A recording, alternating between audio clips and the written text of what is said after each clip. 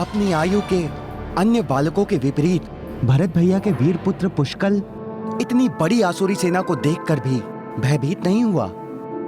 अभी तो एकाकी ही उनसे भिड़ने के लिए तैयार हो गया।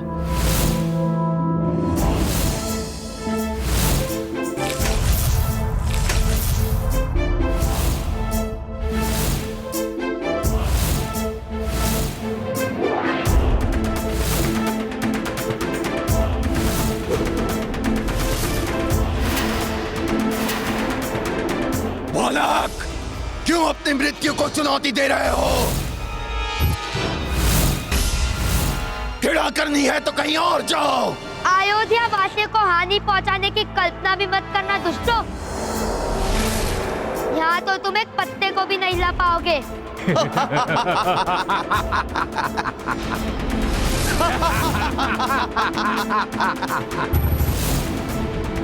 तुम जानते भी हो बालक की किससे बात कर रहे हो? हम जलासुर और वनासुर हैं।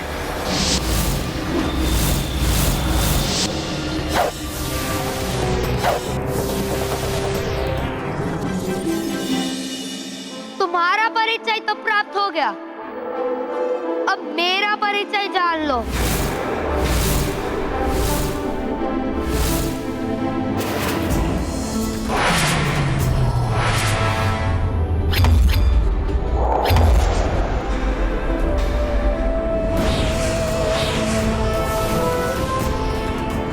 इतना कौशल इस छोटे से बालक में?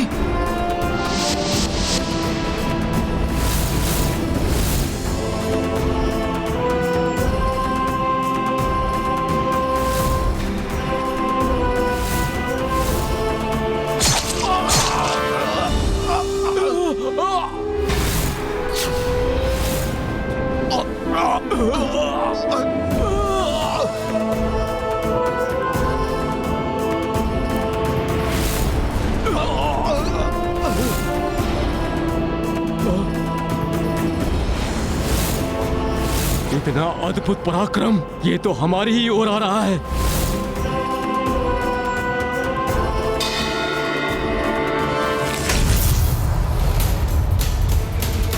जिस बालक ने हमारे राजाओं को धराशायी कर दिया, उसके भयानक प्रहार से बचो। भागो भागो यहाँ से, भागो भागो भागो यहाँ से। अपने प्राणों की रक्षा करो, अपने प्राणों की रक्षा करो। भागो यहाँ से।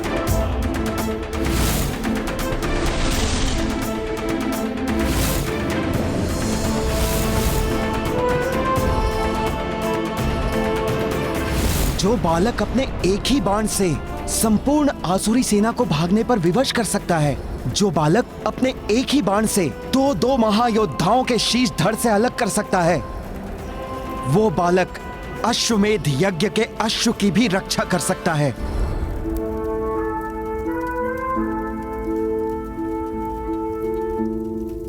परंतु हमारा नन्हा महायोद्धा पुष्कल है कहाँ? वो अपना अधिकतम समय अस्त्र शस्त्र के साथ अभ्यास में ही बिताता है। तो उसे बुलाइए, अगली विधि के लिए उसकी आवश्यकता है।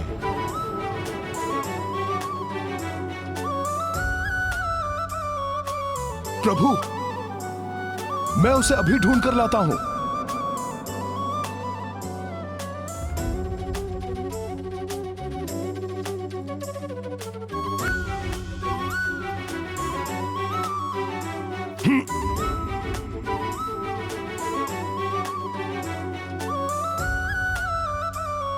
कहां है पुष्कल? शीघ्र ढूंढना होगा उसे।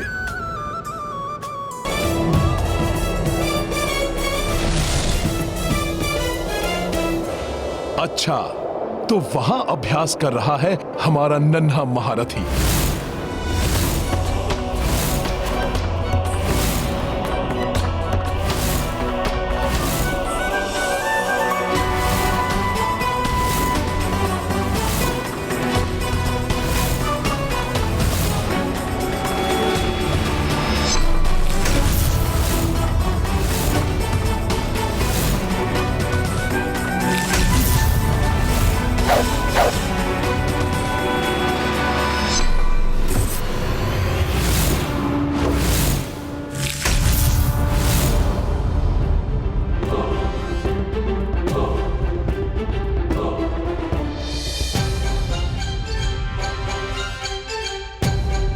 पुत्र पुष्कल शत्रु है या मित्र, ये ज्ञात किए बिना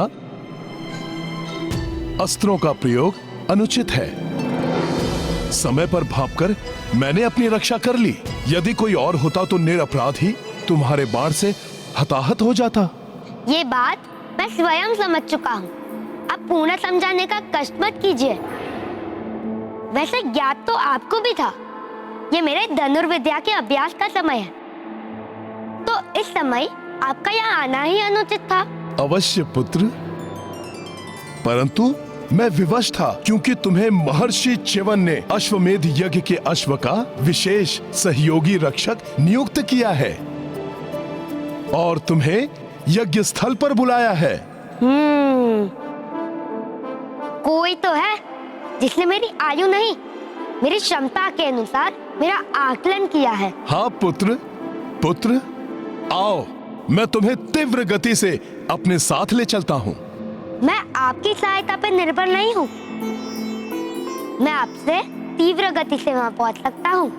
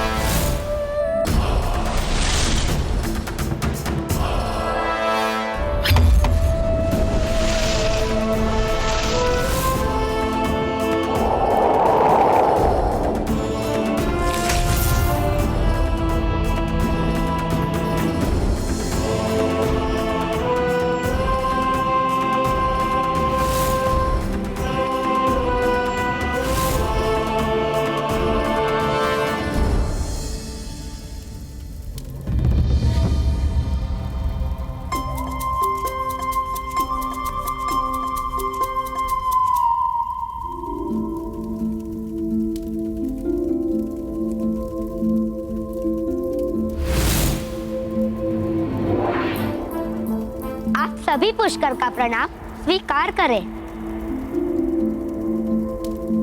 प्रणाम ऋषिवर। आपने मुझे यहाँ क्यों बुलाया वो ज्ञात है मुझे, इसलिए अपने समस्त परिवार और यहाँ पे उपस्थित सभी के समक्ष मैं दिए गए दायित्व को स्वीकार करता हूँ।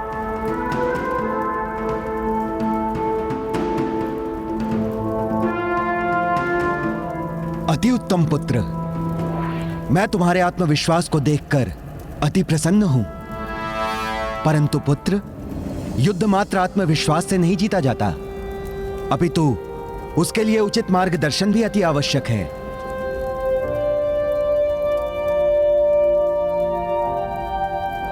इसीलिए तुम्हारे मार्गदर्शन के लिए मैं नियुक्त करता हूं राजकुमार शत्रुघ्न को। ये तो मेरा सौभाग्य है ऋषिवर। प्रभु, अब हमें अश्व को अभिमंत्रित करना चाहिए। हे ऋषिवर, पुष्कल की क्षमता और भ्राता शत्रुघ्न के विवेक और शौर्य पर मुझे पूर्ण विश्वास है, परंतु हनुमान को मैं इस सैन्य टुकड़ी का संरक्षक घोषित करने का अनुरोध करता हूं। अवश्य प्रभु।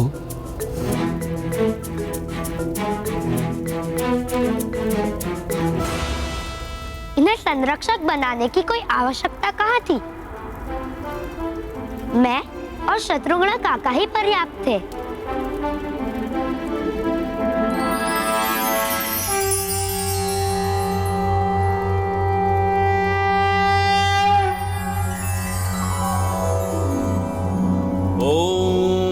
विश्वानि देव सवितर दुरितानि परासुव यद्भद्रं तन्नासुव।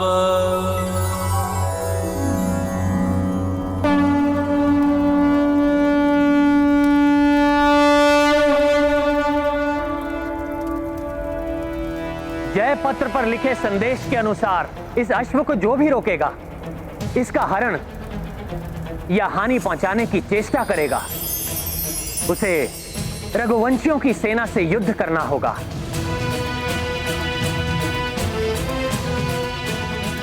अन्यथा बिना इसे रोके आगे बढ़ने देकर हमारी अधीनता स्वीकार करनी होगी।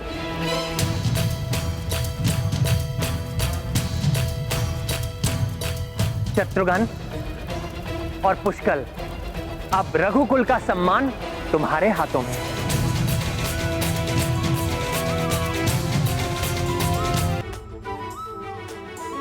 और हनुमान, पुष्कल, शत्रुघ्न, अश्व और संपूर्ण सेना की रक्षा का दायित्व तुम्हारा है। आपके आशीर्वाद से मैं इस कर्तव्य को निभाने में कोई चूक नहीं करूंगा प्रभु। अब जगत के कोने कोने में धर्ममय सुखमय राम राज्य की स्थापना का आरंभ होगा। प्रभु, जिसमें आपके आदेशानुसार मैं पूर्ण निष्ठा से और यथाशक्ति प्रयत्नशील रहूंगा।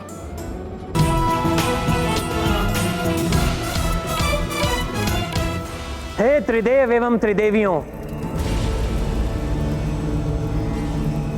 समस्त देवी देवताओं, सप्त ऋषियों और महान आत्माओं, मुझे इस प्रथम अश्वमेघ यज्ञ के प्रारंभ पर अनेक अश्वमेघ यज्ञ के मेरे संकल्प में सफल होने का मुझे आशीर्वाद दीजिए।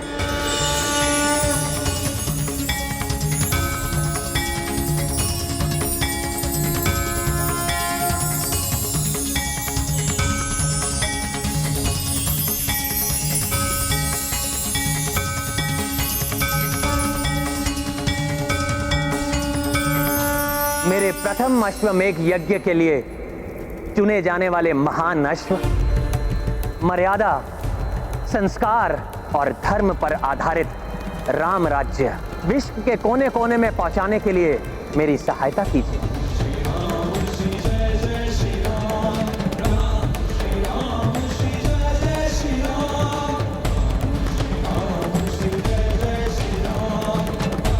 प्रभु श्री राम की, प्रभु श्री राम की, प्रभु श्री राम की।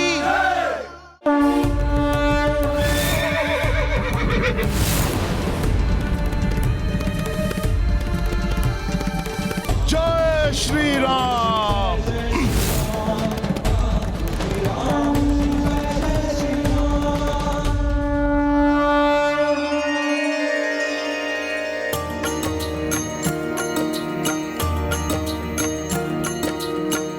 राम राज्य स्थापन लाई,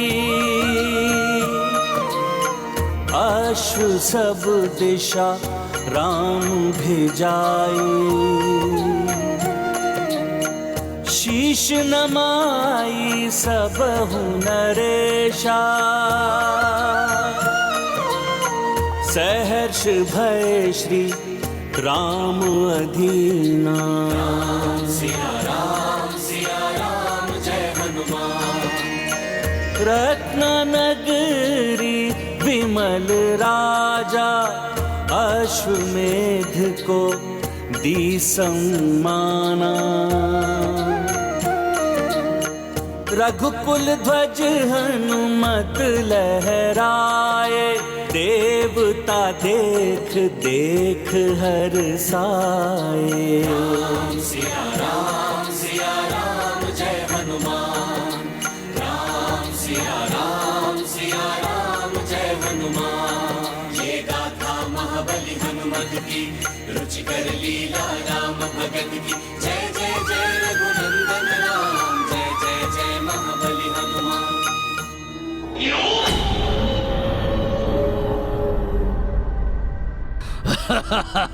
बड़ो तुम सभी के चक्रांका नगरी पहुंचने की अधीरता से प्रतीक्षा कर रहा हूं मैं, क्योंकि वहां अन्य राज्यों के विपरीत राजा सुबाहु और उनके तीनों पुत्र मेरे प्रभाव में आके तुम्हारे यज्ञ के अश्व का हरण करेंगे, और निकुंभ के रहते तुम्हारा ये अश्वमेध यज्ञ कभी सफल नहीं होगा।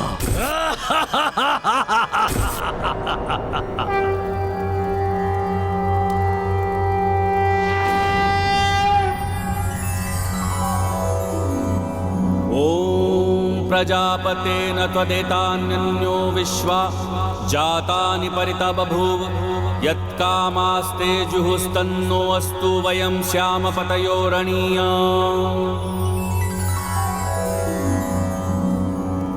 प्रभु, यज्ञ का प्रथम चरण संपन्न हुआ, परंतु प्रसन्नता इस बात की है कि अभी तक किसी ने अश्व को रोकने का दुस्साहस नहीं किया।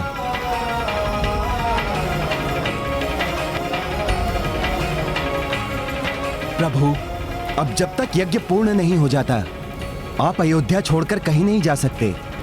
प्रतिदिन ब्राह्मण भोज और दान के साथ साथ आपको यज्ञ को आगे बढ़ाना होगा। महर्षि च्यवन, आपके मार्गदर्शन के लिए आपका शत शत धन्यवाद।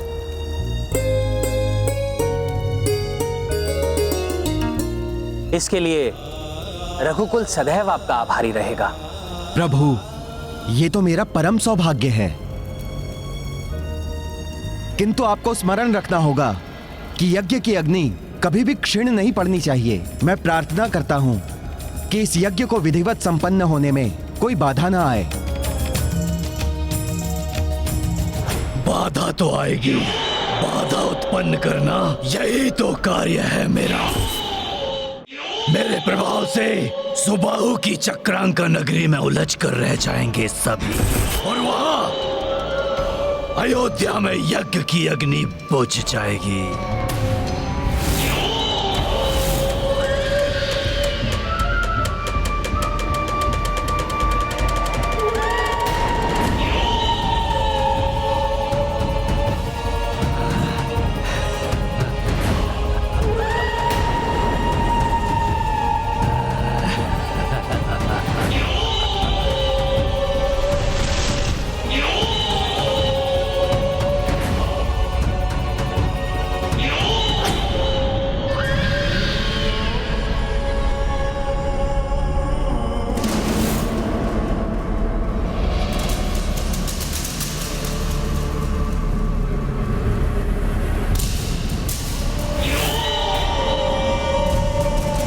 राजा सुबाहु और उनके तीनों पुत्र दमन, चित्रांग और विचित्र चारों एक साथ एक ही स्थान पर मिल गए। अब तो मेरा कार्य और भी सरल हो जाएगा। फिर निकुंभ को कितना आनंद आएगा।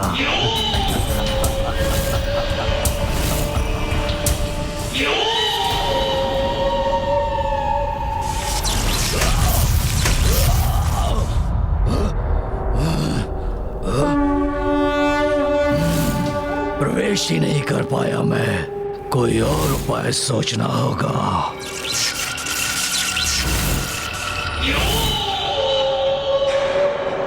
यह स्थान विष्णु भक्ति से उत्पन्न दिव्य शक्ति से सुरक्षित है। युक्ति से भेदनी होगी ये शक्ति।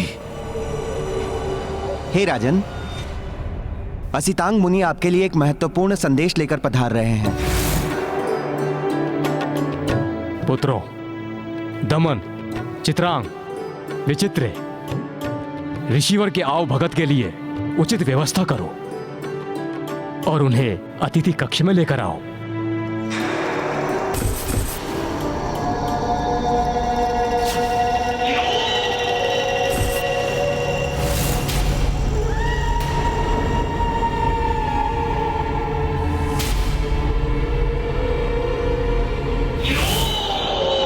ऋषिवर के अकस्मात इस प्रकार आगमन का क्या कारण हो सकता है? जो भी करना है अभी ही करना होगा मुझे, क्योंकि एक बार ये सब साथ आ गए तो इनमें से किसी को प्रभावित करना संभव नहीं होगा। महाराज, ग्रहण करें। सूझ गया, एक अति उत्तम उपाय मुझे।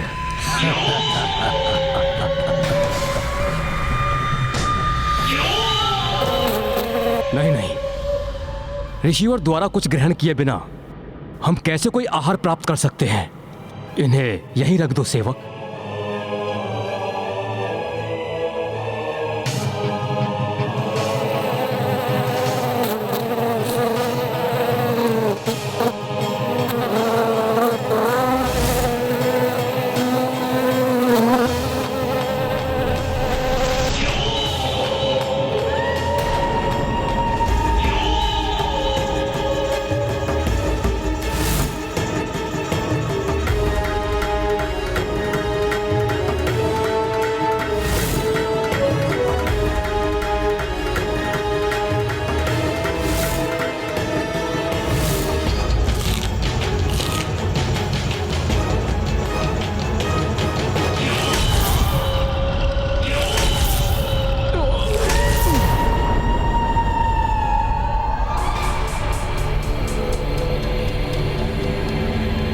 प्रणाम राजन। एक शुभ समाचार लेकर आया हूं मैं। प्रभु श्री राम के अश्वमेध यज्ञ का अश्व शीघ्र ही आपके राज्य में प्रवेश करने वाला है महाराज।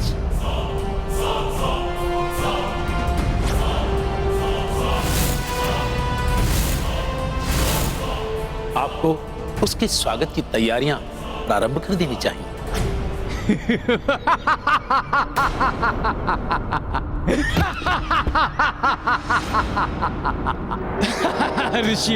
ऋषिवर, एक साधारण मनुष्य को प्रभु की उपाधि से क्यों संबोधित कर रहे हैं आप?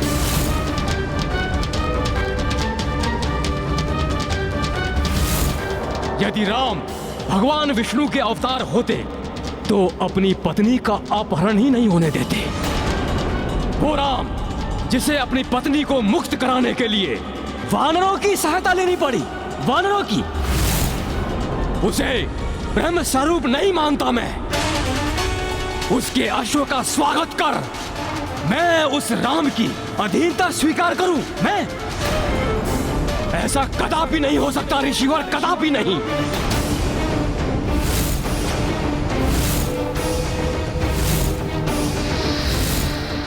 अब मेरी योजना को सफल होने से कोई नहीं रोक सकता। मुझे नहीं लगता कि अब कोई राजा या योद्धा मेरे प्रभु श्री राम के अश्व को पकड़ने का प्रयत्न भी करेगा। जय श्री राम। मार्ग में चुनौतियां आ सकती हैं, इसलिए व्यक्ति को सतर्क रहना चाहिए।